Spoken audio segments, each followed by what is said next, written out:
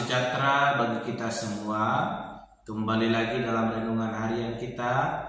Mari Bapak Ibu kita memuji Tuhan. Kita katakan dari Kidung Jemaat nomor 457. Ya Tuhan tiap jam. Ya Tuhan tiap jam ku memerlukan-Mu. Engkaulah yang memberi sejahtera penuh setiap jam, ya Tuhan. Jika ku perlukan, ku datang Juru Selamat, berkatilah. Amin. Mari Bapak Ibu kita membuka Alkitab kita dari kitab 2 Tesalonika pasal yang kedua ayat pertama sampai dengan yang ke-17. Demikianlah firman Tuhan dengan perikop kedurhakaan sebelum kedatangan Tuhan.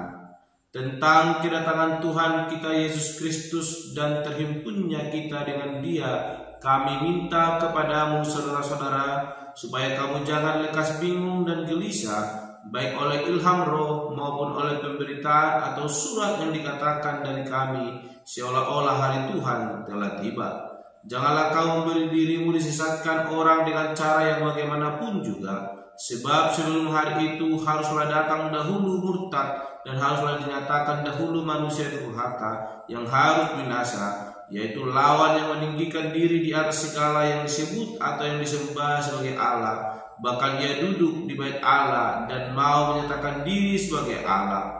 Tidakkah kamu ingat bahwa hal itu telah kerap kali kukatakan kepadamu ketika aku masih bersama-sama dengan kamu?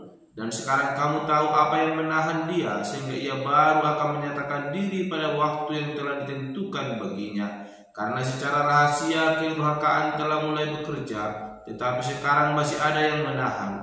Kalau yang menahannya itu telah disingkirkan, pada waktu itulah si pendurhaka baru akan menyatakan dirinya. Tetapi Tuhan Yesus akan membunuhnya dengan napas mulutnya dan akan memusnahkannya kalau ia datang kembali. Kedatangan si pendurhaka itu adalah pekerjaan iblis dan akan disertai rupa-rupa perbuatan ajaib, tanda-tanda dan mujizat-mujizat palsu, dengan rupa-rupa tipu daya jahat terhadap orang-orang yang harus binasa, karena mereka tidak menerima dan mengasihi kebenaran yang dapat menyelamatkan mereka. Dan itulah sebabnya Allah mendatangkan kesesatan atas mereka, yang menyebabkan mereka percaya akan dusta, supaya dihukum semua orang yang tidak percaya akan kebenaran dan yang suka kejahatan.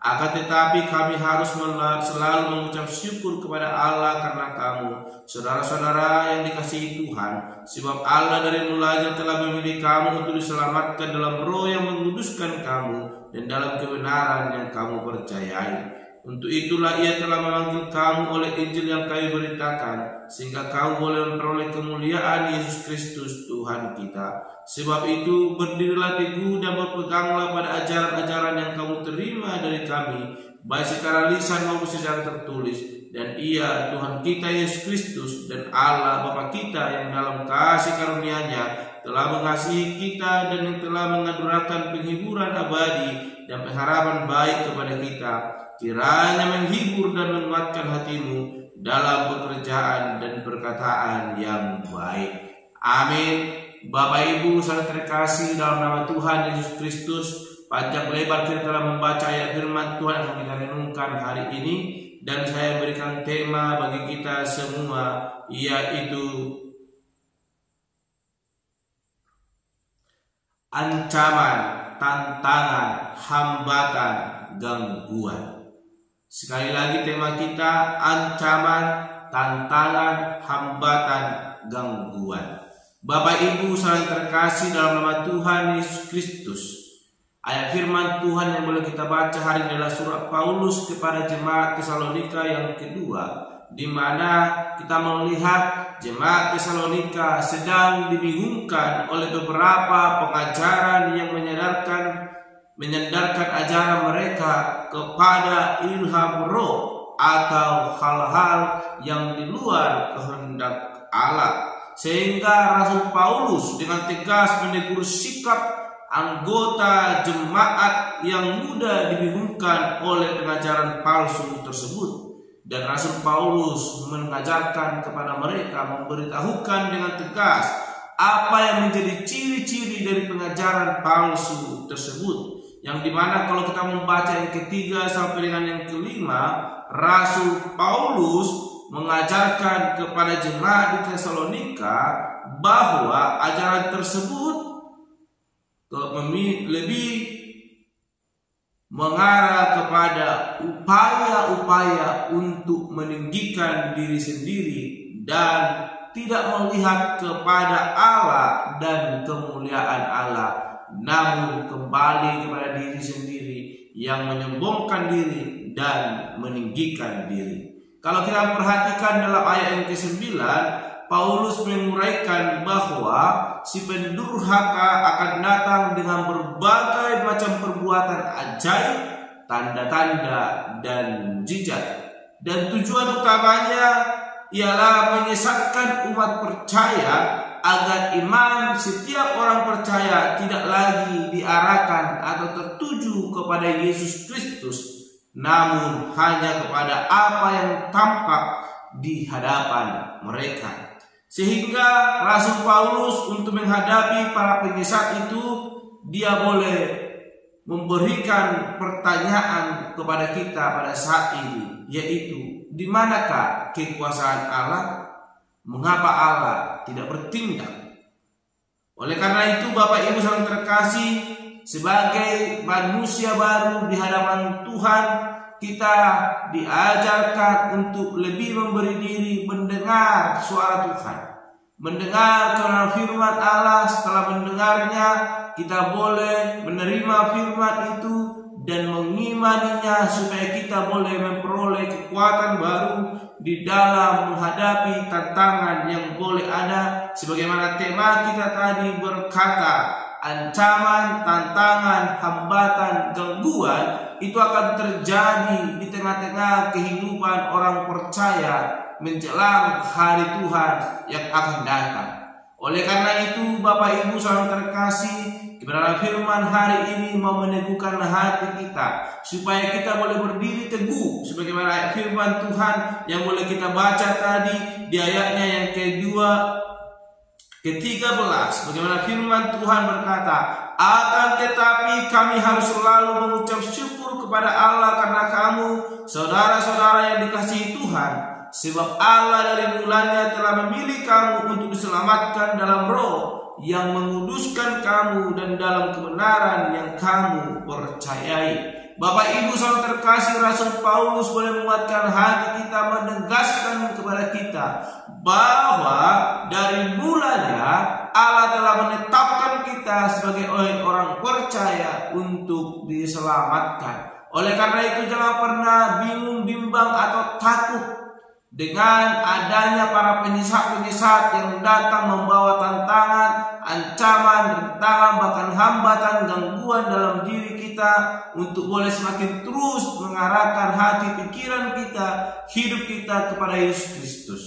Mari tetap pegang kebenaran firman Tuhan, sebab dari mulanya Allah telah menetapkan kita untuk diselamatkan. Yang perlu kita lakukan ialah tetap hidup percaya, mengarahkan hati kita kepada Allah. Ayat 15 Paulus berkata, sebab itu berdirilah teguh dan berpeganglah pada ajaran-ajaran yang kamu terima dari kami, baik secara lisan maupun secara tertulis.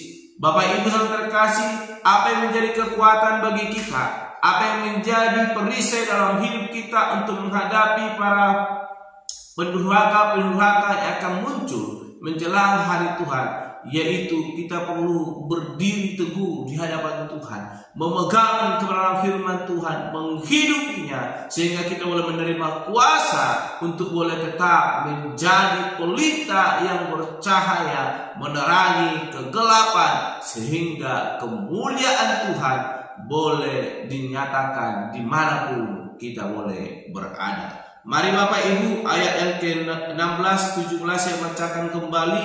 Dan Ia Tuhan kita Yesus Kristus dan Allah Bapa kita yang dalam kasih karunia-Nya telah mengasihi kita dan yang telah menganugerahkan penghiburan abadi dan pengharapan baik kepada kita, kiranya menghibur dan menguatkan hatimu dalam pekerjaan dan perkataan yang baik.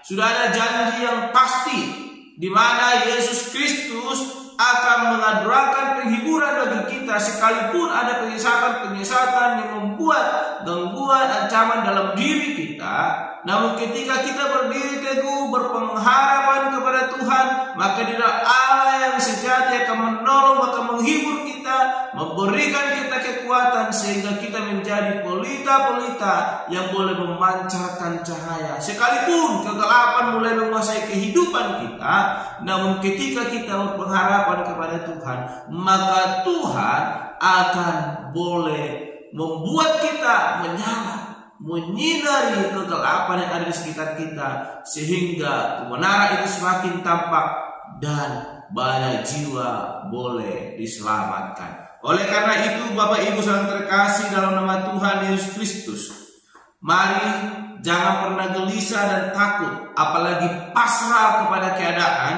karena bersama dengan Yesus Kristus kita akan memperoleh kuasa dan keajaiban untuk mengatasi setiap hal yang boleh ada dalam hidup kita, terkhusus tadi ancaman, tantangan, bahkan rintangan dan gangguan dalam kehidupan kita yang sungguh-sungguh percaya kepada Yesus Kristus. Ketika kita sungguh percaya, maka semua itu akan mudah kita lalui bersama Dia. Bersama Yesus Kristus ada kemenangan sejati, kemuliaan akan dinyatakan. Amin. Mari kita berdoa. Bapa Surgawi, kami kembali bersyukur untuk kebenaran firman Tuhan yang boleh kami renungkan, yang mengajarkan kami untuk boleh sungguh-sungguh percaya kepada Yesus Kristus. Sekalipun Bapa ada banyak tantangan, ancaman, rintangan, bahkan gangguan yang boleh mengganggu iman percaya kami. Ketika kami sungguh-sungguh berdiri teguh, mengandalkan Tuhan dan mengimani kebenaran firman Tuhan dalam hidup kami, maka kuasa maka bekerja menolong, memampukan kami, menjadikan kami menjadi pelita-pelita yang boleh memancarkan cahaya terang dimanapun kami berada. Oleh karena itu, Bapak, kuatkan hati kami, teguhkan kami supaya kami tidak gelisah, apalagi pasrah kepada keadaan, namun kami boleh sungguh percaya kepada Tuhan, menyerahkan seluruh pergumulan kami, sehingga Tuhan yang boleh menolong, memberkati kami dan memberikan kami kemenangan sejati. Terpuji Engkau Bapa, termulia namamu. Setelah kami berdoa dan mengucap syukur, haleluya, amin. Shalom Bapak Ibu, Tuhan Yesus memberkati.